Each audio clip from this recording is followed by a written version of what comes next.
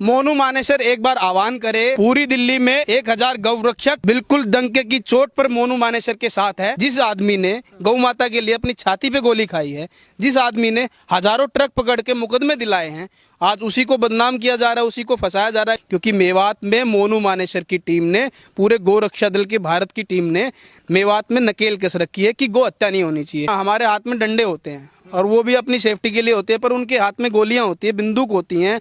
वो चलती गाड़ी से पत्थर फेंकते हैं, हमारे ऊपर गाय फेंकते हैं, और तब भी प्रशासन को, कानून को समझ में नहीं आता कि गुंडे हम हैं या वो।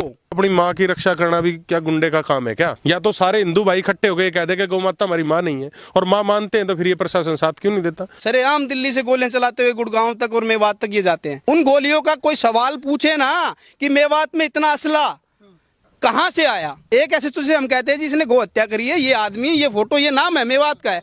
एसएचओ प्रशासन ये कहते हैं भाई मेवात में नहीं जाएंगे। प्रशासन इनकी गाड़ी के आगे गाड़ी नहीं लगाता, डरता है। तो कहते भाई हमें अपनी जान प्यारी है। जब हम अपनी माँ से कह के जाते हैं माँ गाय की रक्षा करने जा रहा हूँ, तो माँ कहती है बेटा वापिस तो आ जाएगा। माँ को भी पता है कि दूसरी माँ की रक्षा करने जा रहा है, हो सकता है कि मेरा बेटा आज वापिस ना आए।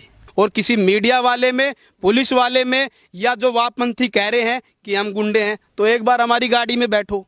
अगर तुम्हारा पेशाब ना निकल जाए उनका पीछा करते हुए तो हमें बताना। गौरक्षा को लेकर आप इतने वर्षों से काम कर रहे हैं, कोई भी एक नेता आपको ऐसा दिख? अगर ऐसा ही चलता रहा ना तो वो दिन दूर नहीं है जब इस देश के लोगों का भरोसा इस देश के कानून से उठ जाएगा। क्योंकि भाई इस देश में कानून के हिसाब से जो लोग निर्मम हत्याएं, 14-14 साल की 12-12 साल की बच्चियों का बेदर्दी से रेप करते हैं और फिर उनकी हत्या कर देते हैं, उनके ऊपर बस केस चलता है।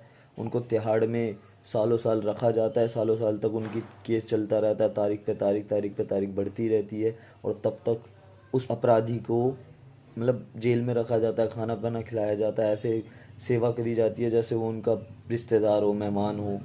और जो गौ रक्षा करते हैं, गौ माता के हक के लिए उनका समर्थन करते हैं, उनकी तस्करी रोकते हैं, उनको बेमतलब बिना किसी अपराध के झूठे मुकदमे लगा के जेल में बंद कर दिया जाता है। वहीं अगर कोई गौ माता का मांस बाज़ार में बेच रहा है या उनकी तस्करी कर रहा है, उनको कोई कुछ नहीं कहता, उनको छोड़ दिया जाता है। तो भाई ऐसे कानून पे कौन ही भरोसा करेगा?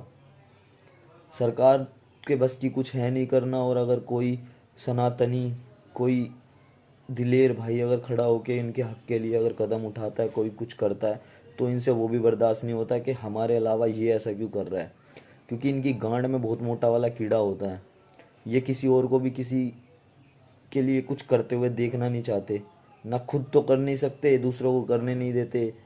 पता नहीं एंचर लोग बाग कैसे चुन लेते हैं ऐसी चूतिया सरकार को, ऐसे चूतिया नेताओं को। अबे माना भाई वो बंदूक रखता है, वो उसके लिंक कई बदमाशों के साथ है, कई माफियाओं के साथ है, लेकिन यार वो ये घोटाले तो नहीं करता जो तुम्हारे जैसे नेता या इन जैसे नेता करते हैं। भाई मेरा तो भरोसा उठ चुका है इस कानून से, तुम्हारा पता नहीं। अगर ऐसे ही चलता रहा तो आने वाले टाइम में पूरे देश का भरोसा उठ जाएगा कानून से। क्योंकि जिस चीज़ के लिए कानून बनना चाहिए, जैसे जिन चीज़ों के लिए कानून बनाना चाहिए, उन चीज़ों के लिए सरकार कोई कानून बनाती नहीं। जानवरों के हक़ के लिए कानून बनना चाहिए, गौ माताओं के लिए हक़ के लिए कानून बनना चाहिए, ठीक है। रेप करने वाले को मेरे हिसाब से तो भाई भरे बाजार सीधा गोली से उड़ा देना चाहिए। ये बहनचोद उसको जेल में बंद करेंगे, उसके ऊपर मुकदमा। अबे चूतियों, सारे आम पता है, वीडियो वायरल हो रही है, सबने 36 लोगों ने उसकी गवाही दे दी कि हाँ इसने रेप करा है। तो भोसड़ी वालों, उसको केस करने का मतलब क्या है, उसको जेल में रखने का मतलब क्या है? जब सब कुछ उसके खिलाफ है तो तुम क्यों केस कर रहे हो उस पर? ये क्या चूतिया है? मेरे तो ये समझ नहीं आता कैसा चूतिया कानून है भाई ये। साले को सीधा गोली मारो ना। पता नहीं बहनचोद जज चूतिया है कि वकील चूतिया या कानून चूतिया है, बहनचोद पता नहीं चल क्या रहा है इस देश में।